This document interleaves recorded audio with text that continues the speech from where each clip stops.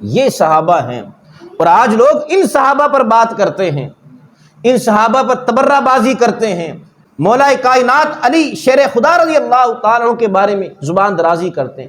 یہ صحابہ کہ حضور کے حکم پر کوئی اگر مگر نہیں ہے، کوئی بات نہیں ہے، تیار ہو گیا آقا علیہ الصلوۃ والسلام کے حکم پر۔ بالکل اسی طرح کا واقعہ پیش آیا غزوہ خندق کے موقع پر۔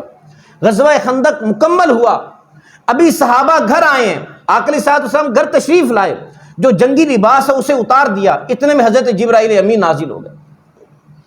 جبرائیل امین نے جنگی لباس پہنا ہوا ہے، کہا یا رسول اللہ آپ نے جنگی لباس اتار دیا، ہم نے تو نہیں اتارا، بنو قریظہ کی طرف جانا ہے، ان کا محاصرہ کرنا ہے۔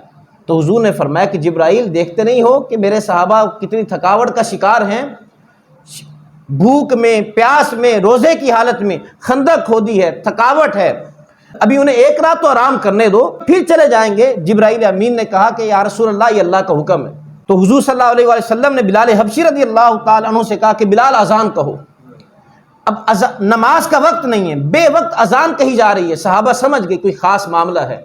سب صحابہ پھر حضور کے دائیں بائیں آگے پیچھے اکٹھے ہو گئے، عرض کیا یا رسول اللہ حکم کریں۔ حضور نے فرمایا کہ بنو قریظہ کی طرف جانا ہے، ان کا محاصرہ کرنا ہے۔ اب یہ سامنے وہ صحابہ ہیں جو کہ پہلے طویل انہیں غزوہ خندق انہوں نے کھودی ہے اور طویل تھکاوٹ کا شکار ہیں، آرام بھی نہیں کیا، جسموں کو کوئی آرام نہیں، کوئی سکون نہیں، ایک رات بھی آرام نہیں کیا، ابھی تو لباس بھی نہیں اتارا تھا، دوبارہ حکم آ گیا۔ جب آقا علیہ الصلوۃ والسلام نے فرمایا کہ حکم ہے کہ بنو قریظہ کا ہم نے محاصرہ کرنا ہے، کسی صحابہ نے یہ نہیں کہا کہ یا رسول اللہ ابھی تو تھکے ہوئے ہیں، اگر مگر نہیں کیا، حضور نے حکم دیا، سب صحابہ تیار ہو گئے۔ ادھر صحابہ تیار ہوئے، حضرت جبرائیل امین نے کہا یا رسول اللہ اللہ بس یہی دیکھنا چاہتا تھا، آپ کے پہنچنے سے پہلے بنو قریظہ کے جو قلعے ہیں ہم ہلا کر رکھ دیں گے، وہ تو جنگ ہم نے کرنی ہے، بس اللہ دیکھنا چاہتا تھا۔ یہ وہ صحابہ ہیں، ان صحابہ پر لوگ بات کرتے ہوئے انہیں حیا نہیں آتی۔ جہاں پر حضور کے صحابی کا قدم پڑا اس خاک کے برابر بھی ہم نہیں پہنچ سکتے۔ بالکل یہی موقع غزوہ احد کے موقع پر بھی پیش آیا۔ غزوہ احد سے ابھی حضور مدینہ واپس آئے ہیں، پتہ چلا کہ کفار دوبارہ پلٹ کر حملہ کرنے کی منصوبہ سازی کر رہے ہیں۔ ابھی رات ہوئی نہیں، جب صبح ہوئی آقا علیہ الصلوۃ والسلام نے پھر حکم دیا، فرمایا کہ جو کل غزوہ احد میں شریک تھے صرف وہی جائیں گے، کوئی دوسرا نہیں جائے گا۔ اب یہ زخمی بھی ہیں، کسی کا ہاتھ نہیں ہے، کسی کا پاؤں نہیں ہے، کسی کا سینہ چھلنی ہے، کسی کی کمر پر تیر پیوست ہے، کسی کے پہلو میں تیر لگا ہوا ہے، کسی کے جسم کے کس حصے پر گہرا زخم ہے۔ جب حضور نے حکم دیا سب تیار ہو گئے، اور اللہ رب العزت نے صحابہ کی اس جانثاری کو قرآن مجید میں بیان فرمایا الذین استجابوا للہ والرسول من بعد ما اصابہم الکرب، یہ صحابہ کے بارے میں ہے، ان کی شان میں آیت کو نازل کیا۔ یہ وہ لوگ ہیں، یہ وہ صحابہ ہیں کہ جب اللہ اور اس کے رسول نے انہیں بلایا باوجود زخمی ہونے کے، یہ صحابہ اللہ اور اس کے رسول کی پکار پر لبیک کہتے ہوئے میدان عمل میں آ گئے۔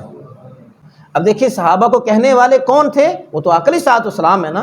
حضور نے حکم دیا کہ آؤ دوبارہ کفار کے پیچھے جانا ہے، ان کے منصوبے کو خاک میں ملانا ہے۔ کہنے والے کون ہیں؟ رسول اللہ صلی اللہ علیہ وسلم۔ اب چاہیے تو یہ تھا اللہ یہ کہتا الذین استجابوا والرسول، کہ جب انہیں رسول بلاتا ہے باوجود زخمی ہونے کے حضور کے حکم پر دوڑ پڑتے ہیں، لیکن اللہ نے کہا الذین استجابوا للہ والرسول، کہا کہ جب اللہ اور اس کا رسول ان کو بلائے، تو گویا کہ جو حضور کا بلانا ہے اللہ کا بلانا ہے، حضور کی بات اللہ کی بات ہے، حضور کا ساتھ دینا اللہ کا ساتھ دینا ہے، حضور کے حکموں پر چلنا اللہ کے حکموں پر چلنا ہے، حضور کی اطاعت کرنا اللہ کی اطاعت کرنا ہے، حضور کی اتباع کرنا اللہ کی اتباع کرنا ہے، حضور آقا علیہ الصلوۃ والسلام کی رضا میں راضی رہنا گویا کہ اللہ کی رضا میں راضی ہے۔ بالکل اسی طرح حضور کی نافرمانی کرنا اللہ کی نافرمانی کرنا ہے، حضور کے ساتھ دشمنی کرنا اللہ کے ساتھ دشمنی کرنا ہے، آقا علیہ الصلوۃ والسلام کے بارے میں دل میں بغض رکھنا گویا کہ اللہ کے بارے میں دل میں بغض رکھنا ہے، اب یہاں پر اللہ رب العزت نے صحابہ کی شان کو بیان کیا، ان کی عظمت کو. یہ وہ صحابہ ہیں زخمی ہونے کے باوجود اللہ اور اس کا رسول جب بھی بلاتا ہے فوراً دوڑتے چلے آتے ہیں.